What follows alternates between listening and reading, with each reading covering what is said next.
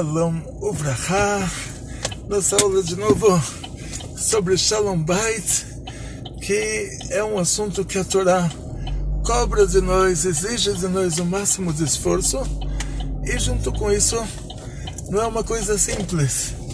Então, em primeiro lugar, vocês com certeza acompanham os noticiários, estão vendo que estão caindo mísseis lá em Israel.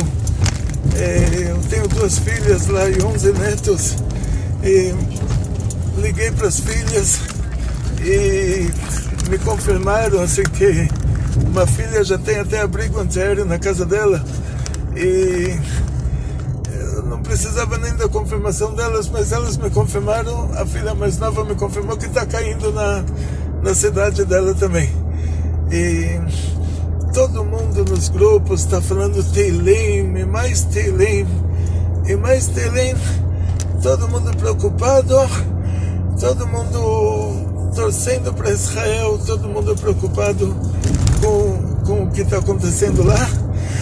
E vou contar para vocês, tem uma guerra muito pior do que essa, mas muito pior.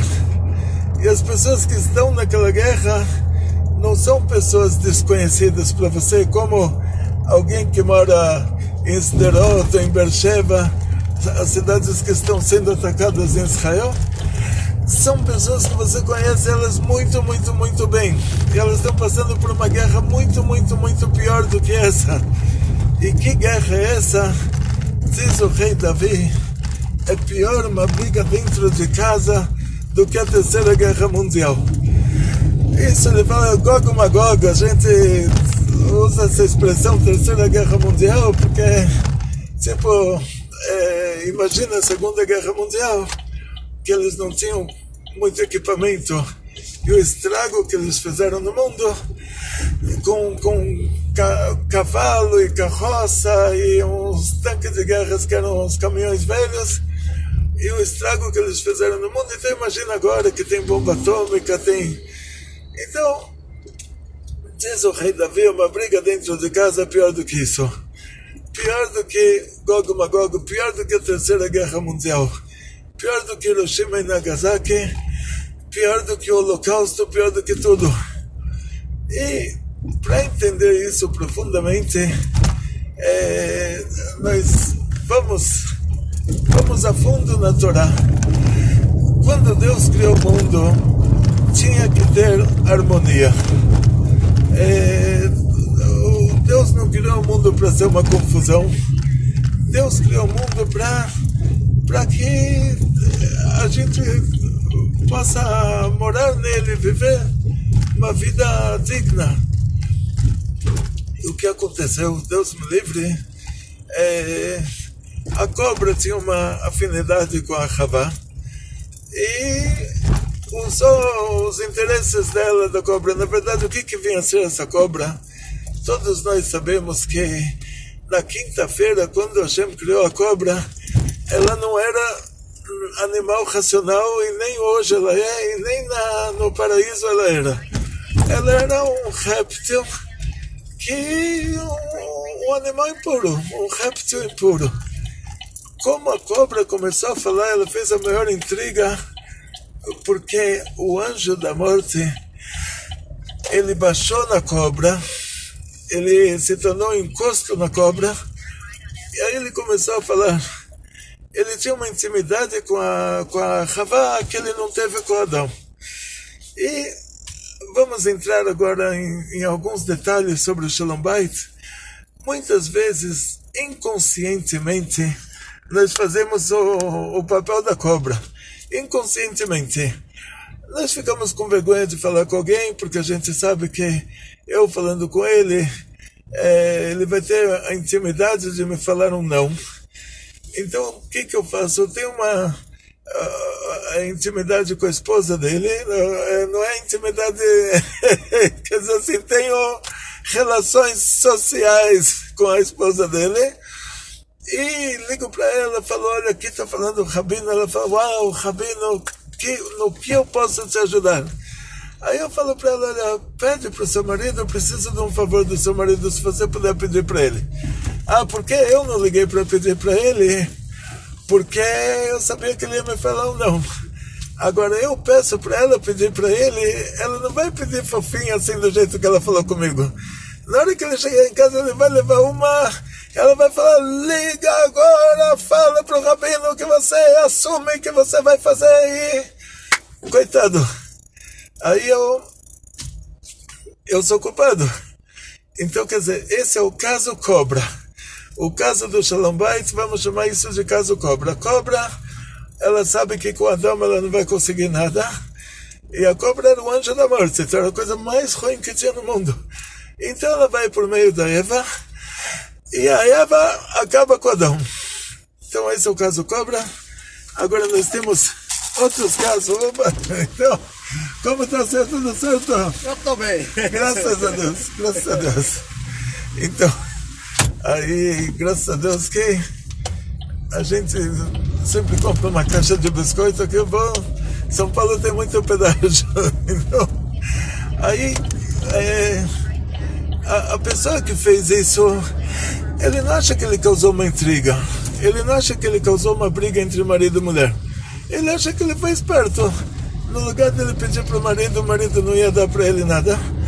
Aí ele já foi por meio da mulher, e a mulher já deu a bordoada no marido, o marido já veio de quatro fazer tudo que essa pessoa pediu por meio da esposa dele. Então isso, pela Torá, é proibidíssimo fazer uma coisa dessas. Quer dizer, causar uma intriga entre o marido e a mulher, uma pessoa tem um interesse. Ele não tem interesse em causar intriga. Ele tem interesse em receber o que ele está querendo. E ele usa esse meio, aí Deus me livre. Eu não quero pensar assim em coisa ruim, mas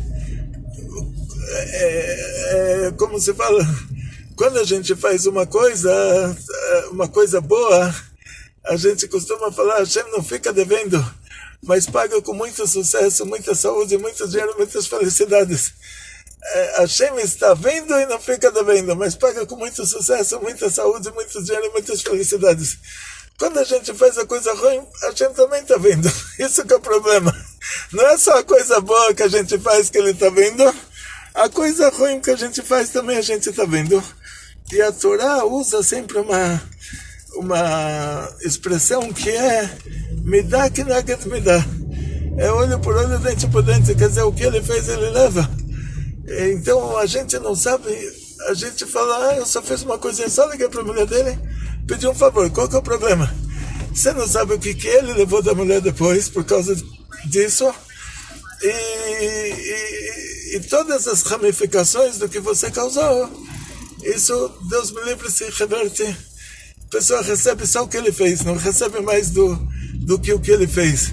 Mas de vez em quando o que ele fez se ramifica tanto, mas tanto, é assim, tipo,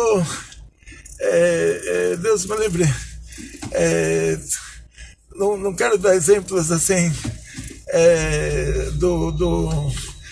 de assuntos desse mundo, mas imagina assim, a pessoa postou a foto de alguém na internet, numa situação que envergonha alguém, que envergonha a pessoa.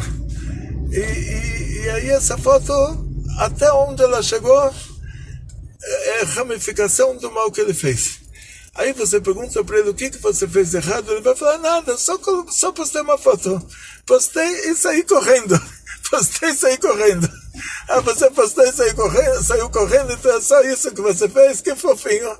Mas essa foto, cada pessoa que chega essa foto para ela, e ela conhece quem foi postado, e quem foi postado se envergonha com isso, Deus me livre. Aí a pessoa recebe só o que ele fez, ele recebe de volta, e ele acha que é muito, porque ele não sabe quanto que ele fez de errado. Então, sabemos assim, em primeiro lugar, não vamos ser nós que vamos estragar o Shalom Bait de alguém. Então, se você sabe que você vai fazer alguma coisa, que por causa dessa coisa a mulher vai brigar com o marido, ou por causa dessa coisa o marido vai brigar com a mulher, você não tem que falar, olha, eles têm que ser responsáveis e não brigar. não, você não tem que fazer, você tem que ser responsável e não causar a briga. Então, segunda coisa, o que já aconteceu. A pessoa pode falar, olha, eu estou desgastado, a minha mulher me faz o inferno já 50 anos em seguida, agora eu casei com 20 e estou com 70, 50 anos ela está me infernizando, e no começo eu estava no pique, mas agora eu já estou desgastado, já estou desenvolvendo doenças psiquiátricas, já estou enlouquecendo por causa disso. E quem é o culpado por você estar desgastado é você próprio. É como a pessoa chegar da academia e cair na depressão, falar, eu andei na esteira, olha como eu trabalhei duro, e depois andei de bicicleta, e depois ainda fiz um pouquinho de halteres, não aguento mais, trauma de guerra, olha tudo que ele fez. Ao contrário, tudo que você fez foi para o seu bem, foi para a sua saúde.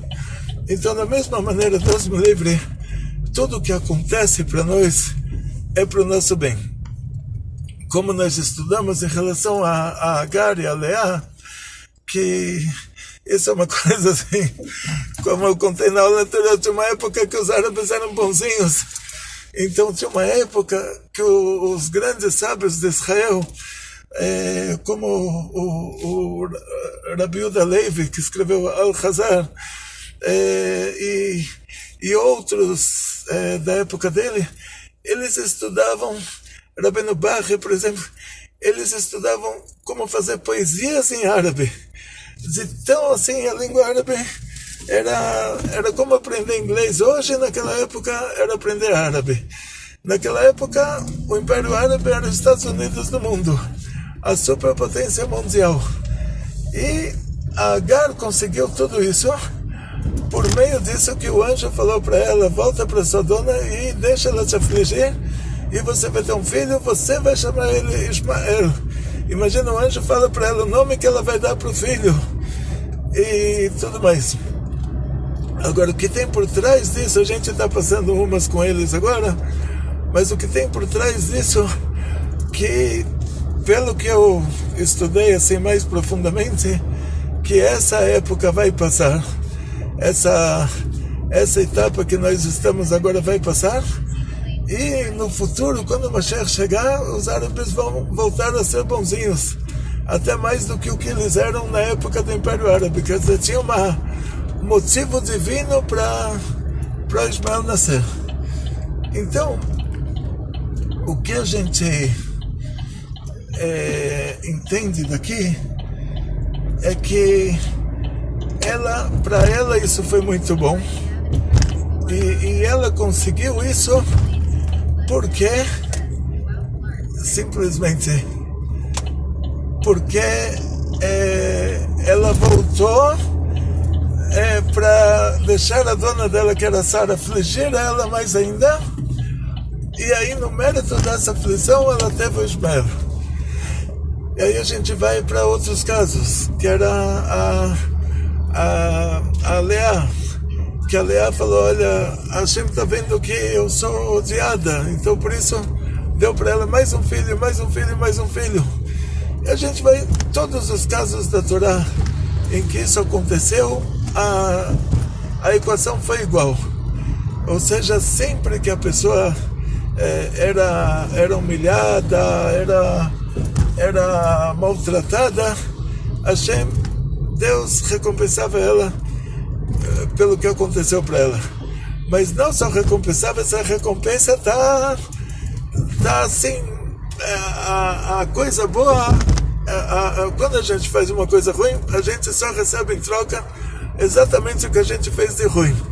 Então, quando a gente sofre muito, quer dizer que, olha, a gente deve ter feito muita coisa ruim. Então, agora, quando a gente recebe uma coisa boa, a coisa boa é desproporcional.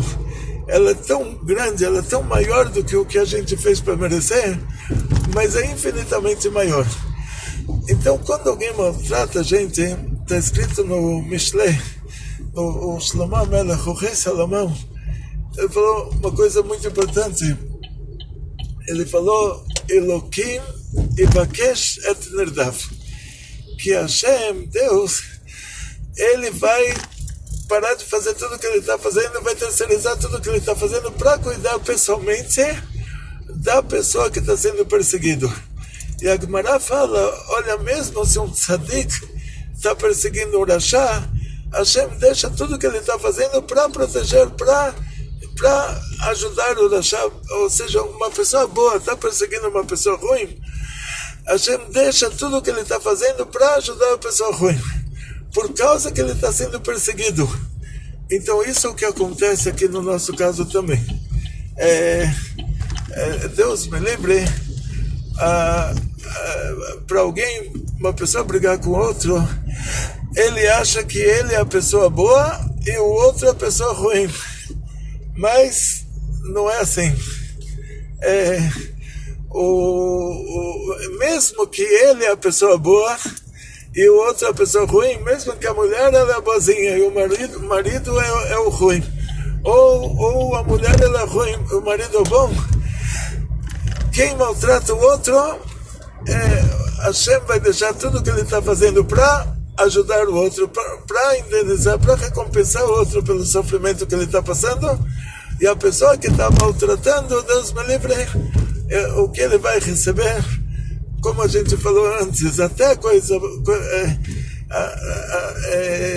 se a coisa boa que a gente faz, Hashem está vendo e não fica devendo, mas paga com muito sucesso, muita saúde, até coisa ruim que a gente faz, Hashem vê também, e o Tribunal Divino, Deus me livre.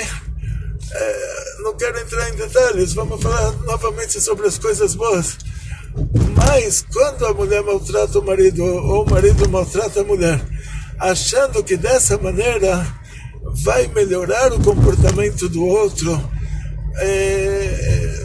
como estudamos já esse assunto, no Pentateuco não está escrito sobre paraíso.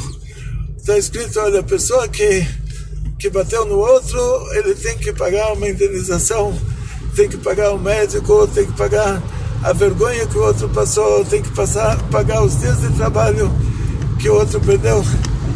Então, se a Torá falasse sobre paraíso, a pessoa que bateu no outro vai falar, uau, olha, eu fiz um favor para ele. No meu mérito que eu maltratei ele, agora ele vai para um alto paraíso. Então vocês têm que pagar para mim. No lugar de me dar um castigo, vocês têm que me pagar. Eu fiz uma coisa boa. Por isso que o Pentateuco, a profecia de Moshe que fala sobre os castigos, ela não pode falar sobre paraíso. Aí ela fala só sobre uma recompensa bem genérica, que vai chover para todo mundo igual, e a terra vai dar sua produção para todos igual. Não entra em detalhes, porque senão a pessoa que maltratou o outro vai falar, olha o bem que eu fiz para ele. Então, esse é o assunto de uma maneira bem genérica. Tem uma coisa natural, um mandamento da Torá, um dos 613 mandamentos da Torá, que está escrito Lotikom velotitor. A gente não pode se vingar e não pode guardar rancor. E quem está mais próximo de nós? Mais próximo da esposa do que qualquer outra pessoa é o marido. Mais próximo do marido do que qualquer outra pessoa é a esposa. Então, se a gente não pode guardar rancor até de outra pessoa, quanto mais o marido guardar rancor da esposa, e quanto mais a esposa guardar rancor do marido. Se a gente não pode se vingar nem de outra pessoa que não é o nosso marido e não é a nossa esposa, quanto mais que a gente não pode se vingar, a esposa não pode se vingar do marido, e quanto mais que o marido não pode se vingar da esposa. Em outras palavras, Deus me livre, não vamos entrar assim nesses detalhes. Deus me livre, mas o problema é exatamente esse.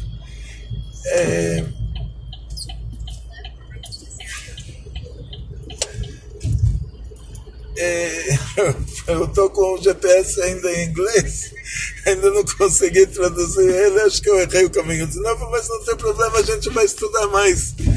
E de novo gostaria de agradecer a Primarca, o senhor Idevaldo Manprim, que está fazendo para nós a revisão do carro e todos os consertos que esse carro precisa. Se não fosse esse carro, a nossa instituição estaria travada. E vamos lá em frente, o assunto do Shalom Bait. Agora, voltamos para o Loticom Velotitor. A gente não pode guardar rancor, não pode se vingar nem de um desconhecido. Quanto mais e mais e mais a esposa se vingar do marido, o marido se vingar da esposa, a gente não pode guardar rancor nem de um desconhecido. Quanto mais e mais é o marido guardar rancor da esposa e a esposa guardar rancor do marido. E o que é o guardar rancor? E o que é se vingar? O Rashi, ele traz uma explicação. Geralmente o Rashi, ele traz Midrashim. Mas por que a gente não fala que é a explicação do Midrash? A gente fala que é a explicação do Rashi, que ele sabe aonde aplicar esse Midrash.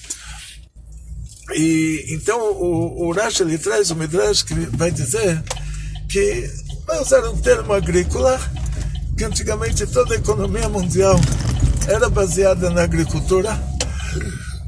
Então o que mais acontecia era quebrar a enxada de alguém e ele precisava de uma enxada emprestada.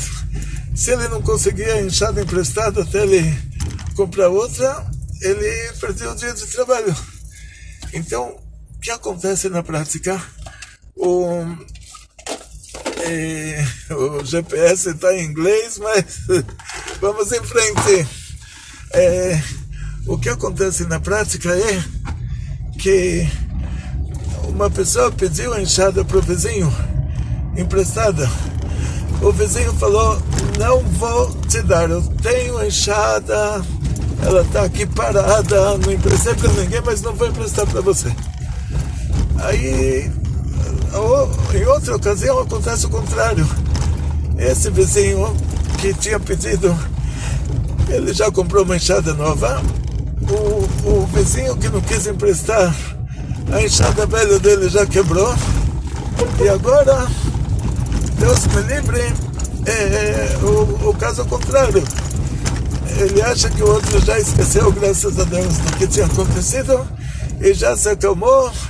E ele vem e ele fala: olha, minha enxada quebrou, eu preciso de uma enxada emprestada. Aí o vizinho fala: olha, quando eu precisei da sua ajuda, você não me ajudou. Agora que você precisa de mim, eu não vou te ajudar. Então, isso, diz o Rashi, é se vingar. Agora, o que é guardar rancor? Que é proibido tanto quanto o vizinho não quer emprestar enxada. Aí depois de muito tempo a situação se inverte. Esse vizinho que não queria emprestar enxada, ele vem e pede para aquele vizinho que tinha pedido emprestado da vez passada, pede para ele a enxada dele emprestada. Aí o vizinho fala: olha, quando eu pedi para você, você não me emprestou, mas eu vou te emprestar. E então isso é guardar rancor, é jogar na cara. E isso é a coisa que mais acontece dentro de casa. Então imagina, se nem jogar na cara de outro você pode, quanto mais a esposa não pode jogar na cara do marido, e o marido não pode jogar na cara da esposa. Quando a gente fala a marido e mulher no judaísmo, nós estamos falando de duas pessoas, se eles não são judeus, duas pessoas que se uniram com a intenção de montar uma família juntos. Não tem problema se foi feito o casamento civil, se não foi feito o casamento civil, e quanto mais em relação ao casamento religioso. Quando são dois judeus, um judeu e uma judia, já precisa de um casamento religioso feito pelo rabino ortodoxo. Então, quando a gente fala sobre um casal, marido e mulher, a gente está usando esse termo. Então você imagina, até com a vizinha que não é a esposa dele, ele se comportaria bonitinho assim para não ser mal falado. Então quanto mais agora, gente, vocês me desculpem que o GPS bem assim, eu fiz uma montagem, né? Vamos ver, é importante que numa hora dessas, esses caminhos aqui em São Paulo, vocês não sabem, quem não mora em São Paulo nunca viu trânsito na vida. Isso a pessoa tenta imaginar o que é trânsito. Se você não morou aqui na nossa cidade, você não vai conseguir imaginar o que é trânsito. De qualquer maneira, o Waze vai me tirando dos congestionamentos. Só que eu não estou entendendo muito bem ela. Eu consigo me virar no inglês assim, pegar um ônibus na América, pegar um metrô. A gente vai para o Congresso Rabínico, então eu vou pro Beis Hachaim, lá pro Bronx. Tem desculpa, não Bronx, é Queens. Tem o cemitério antigo, o cemitério judaico. Vou pro túmulo da Rebbe Simcha Mushka, Rabanit de Chabad. E quando a gente chega no túmulo de uma tzaddikas, ou de um tzaddik, a gente pede tudo que a gente precisa para o tzaddik interceder lá em cima por nós. Aí me perguntaram, todo mundo foi pro túmulo do Rayatz, que era o Rebbe anterior de Chabad, porque o Rebbe também rezava lá. Me perguntaram, por que você vai no túmulo da Rebbetzin? Aí eu falei, eu sei quem manda em casa, né? Então eu já vou direto para quem tem autoridade. Mas geralmente funciona exatamente assim. Não é mais ou menos assim. É exatamente assim. A mulher em casa, ela tem que mandar. Ou seja, ela está em casa, ela que cor vai pintar a parede, onde vão estar os móveis, tipo, ela que é a dona de casa. Agora, se um homem falar, eu sou o dono de casa, o que você vai falar? Você vai falar, pô, é um caso psiquiátrico. Se o homem falar, eu sou um dono de casa, o que você faz na vida? Eu sou dono de casa. Então, a mulher está em casa, ela precisa do equipamento, tipo, ela precisa, ela vive dentro de casa mais do que o homem, vamos dizer assim. Então tudo que tem a ver com a casa, geralmente a gente costuma deixar a mulher decidir. Os assuntos religiosos, o homem entende um pouquinho melhor, que o homem estuda mais Torá, então a mulher leva mais em conta a opinião do marido. Agora, quando tem uma dúvida, aí o que se faz? Aí se vai para um rabino. Então eu já passei por isso. Não fui aprender como se faz, era experiência própria. Infelizmente, vou te falar, quando a gente fala experiência própria, quer dizer, a pessoa fala, olha, eu já estive doente, já fui operado, já isso, já aquilo, é muito pior do que isso. Shalom Bait, como como o rei David falou, é pior do que a Terceira Guerra Mundial.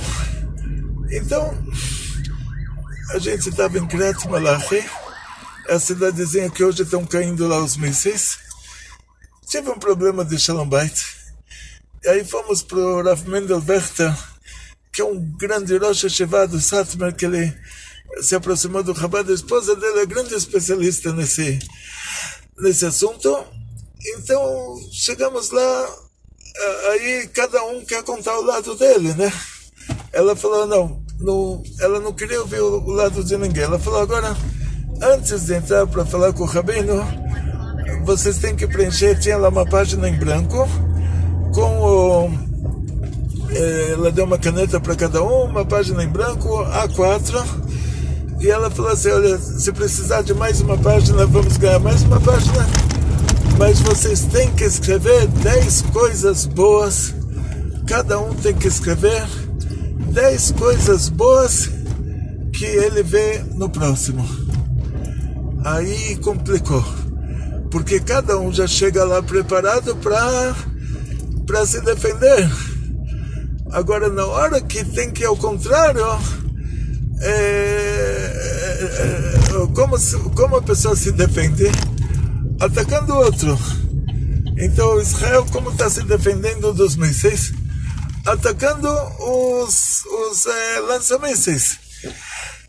Então, quando a Asa lança um míssil contra Israel vai lá, descobre na hora que eles lançaram o míssil, não sei, radar pega lá o calor, não sei como eles descobrem, que não entendem nada do equipamento, mas aí eles descobrem aonde está o lança-mísseis na hora que o míssil foi lançado.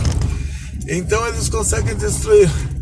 Então os aviões estão preparados lá procurando lança-mísseis, não estão procurando.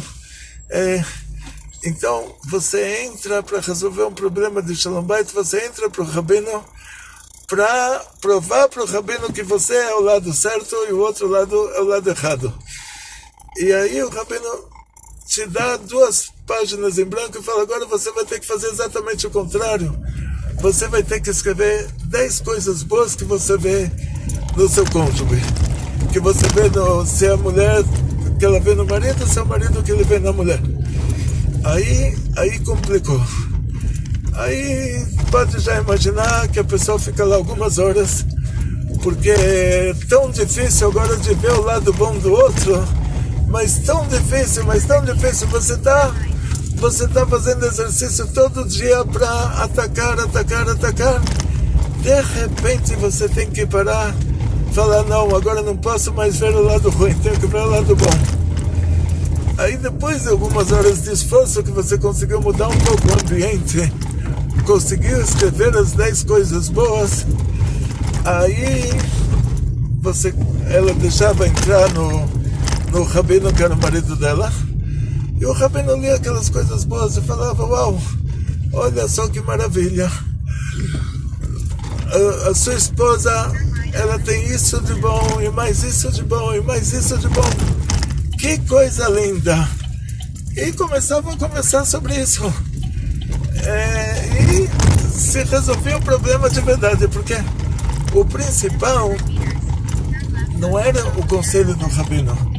O principal é que na hora que as pessoas brigavam, eles tinham tanto rancor, eles queriam se vingar tanto um do outro, que eles não conseguiam abrir os olhos e ver o lado bom do outro.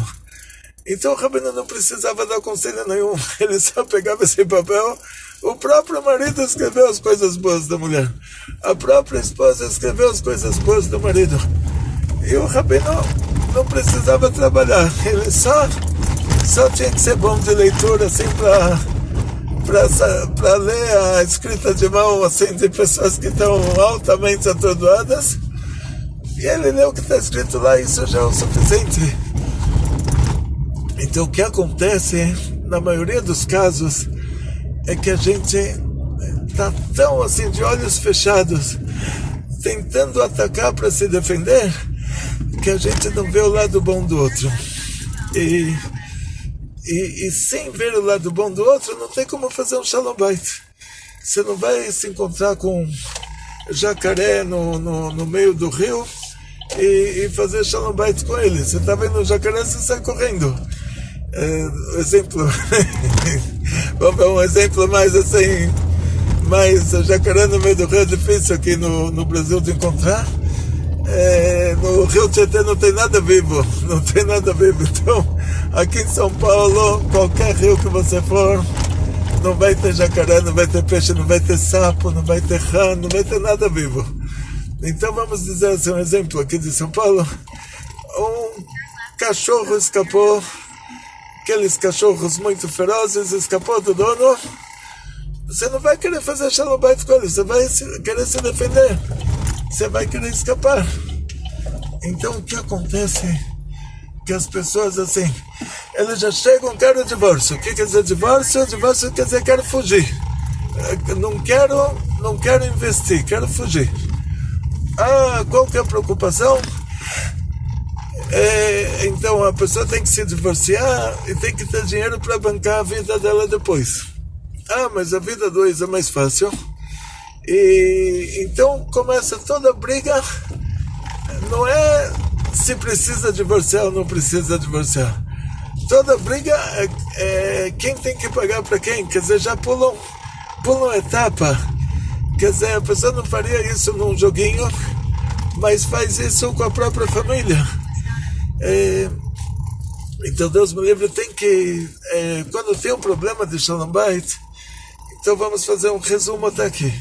Em primeiro lugar, mandamento da Torá de Loticom, proibido se vingar. Mandamento da Torá de Lotitor, proibido guardar rancor.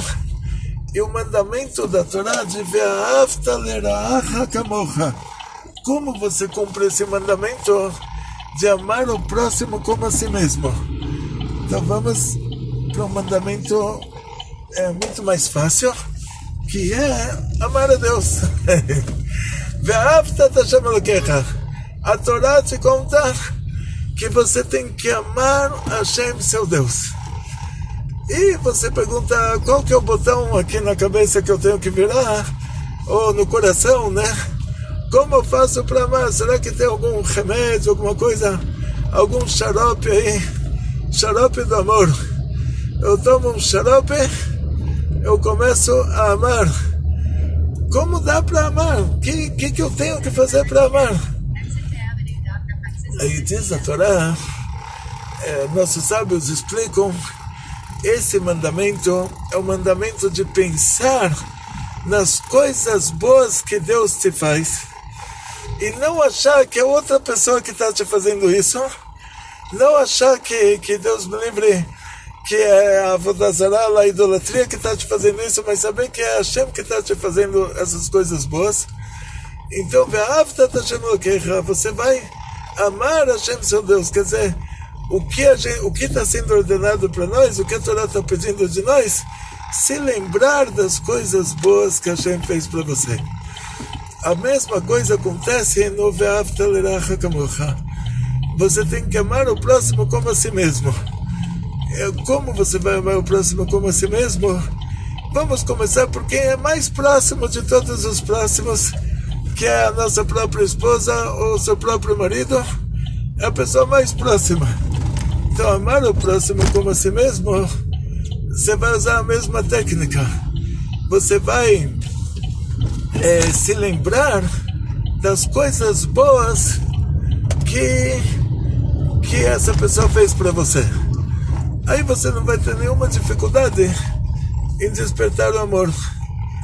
E outra coisa, mais do que isso ainda, se você tiver que amar alguém que nunca te fez nada de bom, que você não conhece, caiu um míssil lá em Sderot, você nunca teve em Sderot na sua vida, você já está todo preocupado se tem mortos e feridos, e os feridos, se são feridos graves ou menos graves, e se tem lá, e você nunca conheceu a cidade, você nunca viu as pessoas, e você nunca vai conhecer e nunca vai ver as pessoas. Então, o que está te preocupando tanto?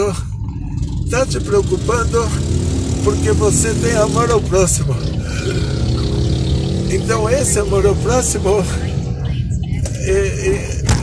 se você ama o próximo, porque a Torá pede para você amar o próximo como a si mesmo, mesmo sem conhecer esse próximo, imagina quanto mais quando o próximo está muito mais próximo, que a sua esposa, ou no caso da mulher, o seu marido. Quanto mais você vai ter que ter amor ao próximo. Então, na hora que você escreve as coisas boas que você está vendo no próximo, aí você já vai olhar para ele ou para ela pelo lado bom. Ou seja, você vai despertar o amor. Isso é o que a gente tem que fazer. Por isso não precisa esperar, Deus me livre, a situação complicar e você tem que procurar o rabino para o rabino te dar essa lição de casa. Você pode pessoalmente já fazer isso. Você, o seu marido, você, a sua esposa, pegar 2 páginas de papel sulfite, cada um vai escrever 10 coisas boas que ele vê no outro. Isso é a primeira lição de casa.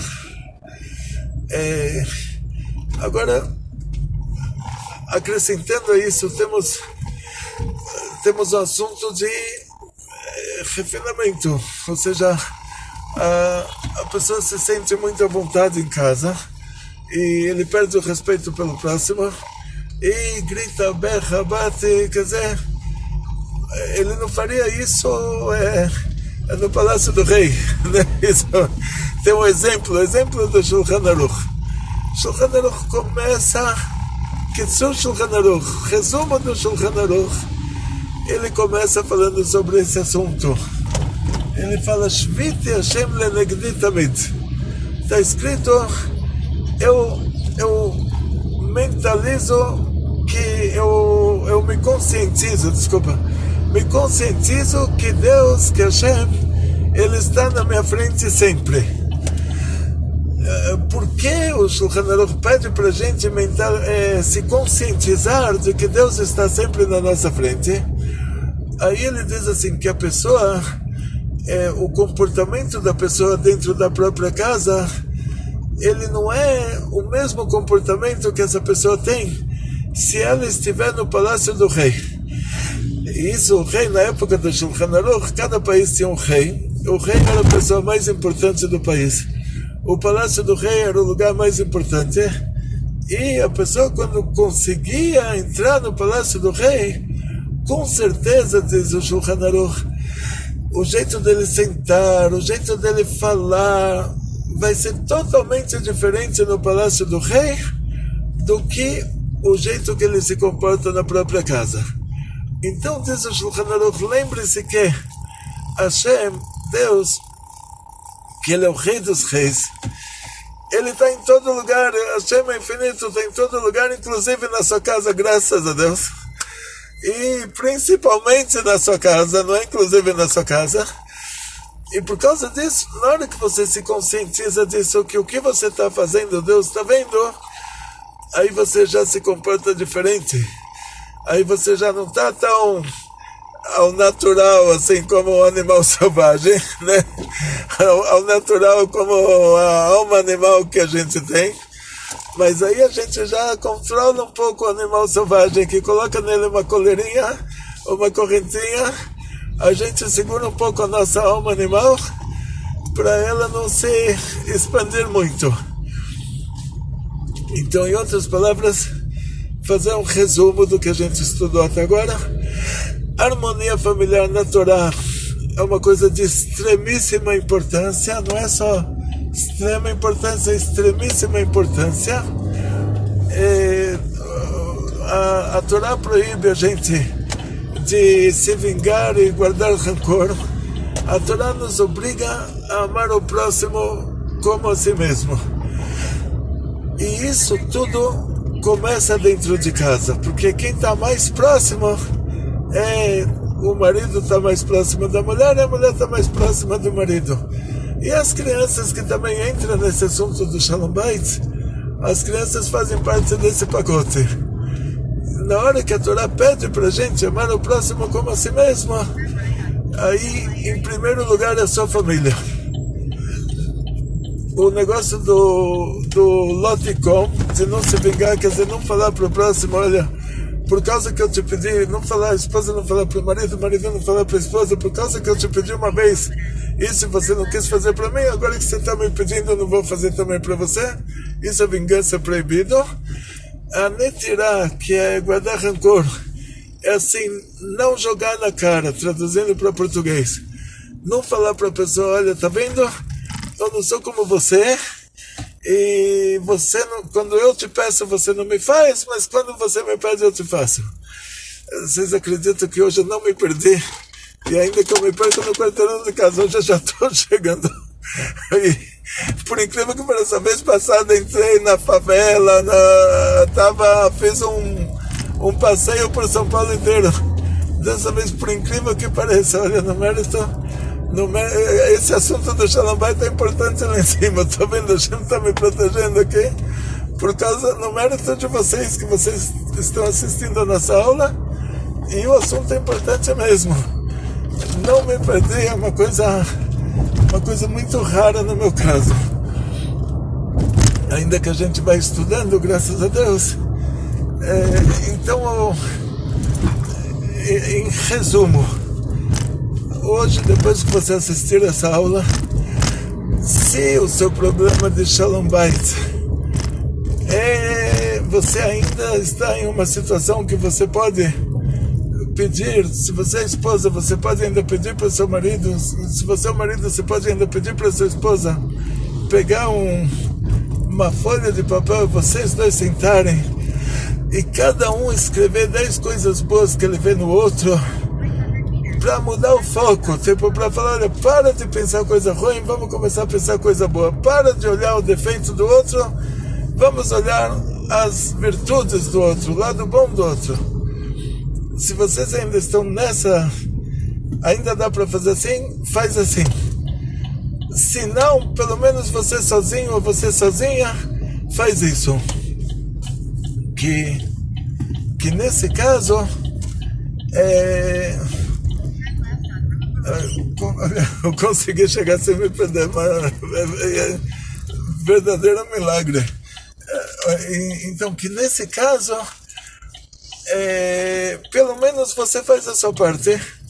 Um dos 13 princípios da fé judaica é que Deus existe. E sendo que Deus existe, você reza, você pede para Hashem te ajudar. Você faz a sua parte, você escreve 10 coisas boas que você está vendo no seu próximo, que você está vendo no seu marido, você está vendo na sua esposa, se você é o marido. E você faz a sua parte. E deixa... Você faz a sua parte e deixa, como se diz, deixa Hashem fazer. Se você não tem como resolver pelo outro lado, aí deixa Hashem resolver por você. E boa tarde, tudo certo? Tudo bem, graças a Deus. O Eduardo pediu para mim trazer o carro e deixar aqui na oficina. Sim, por favor, se puder entrar em contato. Então chegamos, agradeço ao senhor Idevaldo Manprem, a Primarca de São Caetano, pela revisão, pelos concertos. Olha que Hashem dê a eles, ao senhor Idevaldo, a todos os sócios da Primarca, muito sucesso, muita saúde, muito dinheiro, muitas felicidades. E nós voltando para a nossa aula, e que Hashem dê para vocês muito Shalom Bait. Agora eu vou incluir nas brachot. Tzlachá, Briut, Panasá, Bechefa, muito sucesso, muita saúde, muito dinheiro, muitas felicidades, muito Shalom Bait e muita alegria. Vekol Tov.